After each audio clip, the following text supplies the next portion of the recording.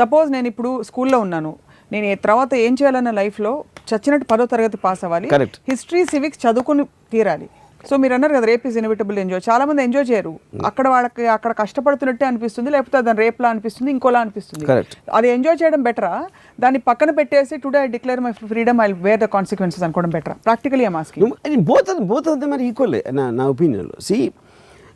The point is you can take a call, నన్ను చంపుతాడా, నేనే వాడిని చంపుతా, ఎవడరా నేను గన్ను తీసుకుని నేను ఇటువంటి చూడొచ్చు, లేదా అలాంటి కెపాసిటీ నాకు లేదు, ఇది ఇలా చూద్దాం నేను అనుకోవచ్చు. అలా రకరకాల మనుషులు వేరేగా రియాక్ట్ అవ్వచ్చు. And all of them are right as long as they trying to look at it in a positive way. That is what I'm trying to say. ఇప్పుడు హార్డ్ వర్క్కి నాకు వెరీ సింపుల్ డెఫినేషన్, మీరు చేసే పని మీకు నచ్చక చెయ్యాలరా, చెయ్యక తప్పదు అనే మైండ్ స్టేట్లో చేయటానికి, దాన్ని ఎంజాయ్ చేస్తా చేయటానికి ఉన్న ప్రైమరీ డిఫరెన్స్ ఒకటి నేను మాట్లాడుతాను. సో ఒకవేళ అలాంటి స్థితికి నేను వచ్చాను అనుకో, నేను కానీ మా సుధాకర్ గారు కానీ ఎవరో, సో ఏం చేయాలి అంటే, ఫర్ ఎగ్జాంపుల్ ఏదో ఒక షాప్ పెట్టుకున్నాం, కిరాణా షాపు, ఒక 4 ఏళ్ళాక బోర్ కొట్టేసింది, నేనేమిటి అసలు నాకు చిప్స్ ప్యాకెట్ అమ్ముకుంటూ నాకు బోర్ కొడుతుంది, ఏం చేయాలి? అప్పుడు షాప్ మూసుకుని వెళ్ళిపోవాలా? నెక్స్ట్ ఏం చేయాలో ఆలోచించాలా ప్రాక్టికల్గా? ఒకటి, మీరు చేస్తున్న వర్క్ నుంచి మీకు వేరే వర్క్ మీద మీకు ఇంట్రెస్ట్ కలిగినప్పుడు ఆ కంపాటివ్ లెవెల్లో మీరు తీసుకుని, ఉదాహరణకి నేను వీడియో లైబ్రరీ పెట్టిన తర్వాత I was financially well of. అప్పుడు నేను సినిమాలో డైరెక్షన్ ఛాన్స్ కోసం నా ఆబ్జెక్టివ్ ఉంది కాబట్టి దీనిని పక్కన పడేసి I went in to that. అది అయిపోయిన తర్వాత I wanted to do Hindi, or I want do some kind of film. So I want to meet some people. ఇలాగా కంటిన్యూస్గా నాకు రేపు ఇది కావాలి, ఎల్లుండి అది కావాలి, అవతల ఎల్లుండి ఆ వర్క్ అయిపోయిన తర్వాత నా మైండ్ ఇంకో దాని దగ్గరికి వెళ్తుంది. మీ మైండ్ యాక్టివ్గా ఉన్నప్పుడు బోర్డమ్ అనే మాట రాదు అసలు. బోర్డమ్ ఎవరికి వస్తుంది? మైండ్ స్టాగ్నెంట్ అయినప్పుడు వస్తుంది. మీరు చిప్స్ ప్యాకెట్లు అమ్ముతున్నారు, వస్తున్నారు, డబ్బులు ఇస్తున్నారు, అయిపోయింది. అది ఒక రెగ్యులర్ ఒక మెకానికల్ యాక్టివిటీ అయిపోయిన తర్వాత మీకు మీ మైండ్ యాక్టివేట్ అవ్వడానికి మీకు వేరే దాని మీద ఒక ఇంట్రెస్ట్ జనరేట్ అవ్వాలి.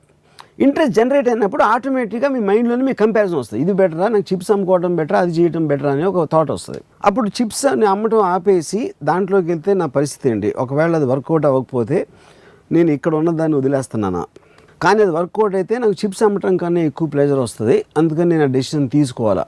అది that is what I'm saying, you're facing the consequence of a decision. లేదు ఈ చిప్స్ నాకు బోర్ కొడుతుంది, కానీ ఇది లేకపోతే నాకు రేపు పొద్దున్న డబ్బు లేకపోతే నా పరిస్థితి, నా ఫ్యామిలీ పరిస్థితి ఏంటి, అండ్ నా లైఫ్ అంతా చిప్స్ అమ్ముతాను అనేది ఒక డెసిషన్. అప్పుడు మీరు బోర్ కొడుతున్నా, అది చిరాకు పడుతున్నా, అది కష్టపడటం అవుతుంది, అది హార్డ్ వర్క్ అవుతుంది. సో అయితే మీరు అనేది ఏంటంటే మీ యాక్చువల్ సిచ్యువేషన్కి మీరు ఉండాలనుకున్న సిచ్యువేషన్కి మధ్య గ్యాప్ ఉండకూడదు. If there is no gap, whatever it be, gap అంటే నాకు రోజు ఇల్లు తోడవడం ఇష్టం, ఐఎమ్ డూయింగ్ ఇట్, ఇష్టంగా చేస్తే పర్ఫెక్ట్. అది బికాజ్ ఇట్స్ మెంటల్ స్టేట్. అది మీరు చేసిన పని, ఇల్లు తుడిచేది నేను కేర్ చేయకపోవచ్చు, కానీ మీకెందుకో మీకు ప్లెజర్ వస్తుంది అది, you know. So it is your own mind which should perceive the happiness.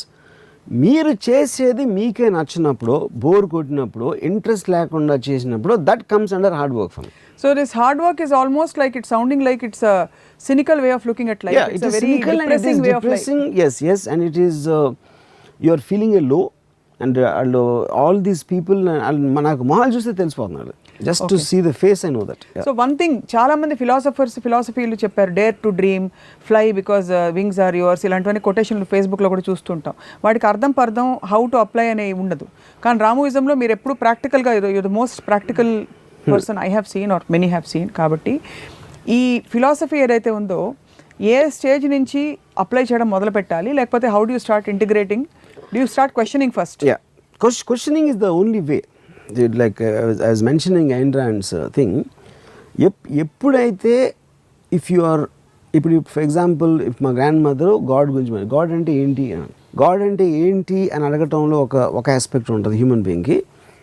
దేవుణ్ణి దండం పెడితే మనకి మార్కులు వచ్చేస్తాయి అన్నమాట అని పెట్టేసింది అక్కడ. అంటే ఎవరేం చెప్తే అది వినేసి ఒక గొర్రెల మందలా ఫాలో అయిపోయేవాళ్ళు ఈ ట్రాప్లో పడతారు, ఈ కష్టపడే ట్రాప్లో. Anybody who questions will understand for himself. అప్పుడు అది అబ్జార్బ్ చేసుకుంటారు, ఏంటి అసలు ఇది చెప్పేది అది చెప్పేదని. అబ్జార్బ్ చేసుకున్న దానికి బ్లైండ్గా ఫాలో అవ్వడానికి డిఫరెన్స్. హలో అందరికీ నమస్తే, నేనే మీ బిత్తిరి సత్తి. ఐ డ్రీమ్ అంటే నా కళల ఛానల్ సబ్స్క్రైబ్ చేసుకున్నారు, నోరు తిరుగుతలేదు. మీరు ఎప్పటికీ ఫాలో కండి. ఆ గంట గుర్తు మీద వస్తే మీకు హాఫ్ డేట్లు అన్నీ వస్తాయి. హాఫ్ డేట్లే వస్తాయా, ఫుల్ డేట్లు వస్తాయన్నా? అన్నీ వస్తాయి కదా. ఆ ఫుల్ డేట్లు వస్తాయంట. మీరైతే గంట గుర్తు కొట్టండి. Hi guys, this is Kartikeya. For more videos, please subscribe to iDream. Hello everyone, this is your Rahul Sipligans. For more videos, please do subscribe iDream. For more updates, please subscribe iDreams. Hi, this is Director Bobby. Please subscribe to iDream. For more videos, please subscribe to iDream. Hi, this is Nikki Tamboli. Do subscribe iDream. For more videos, subscribe to iDream.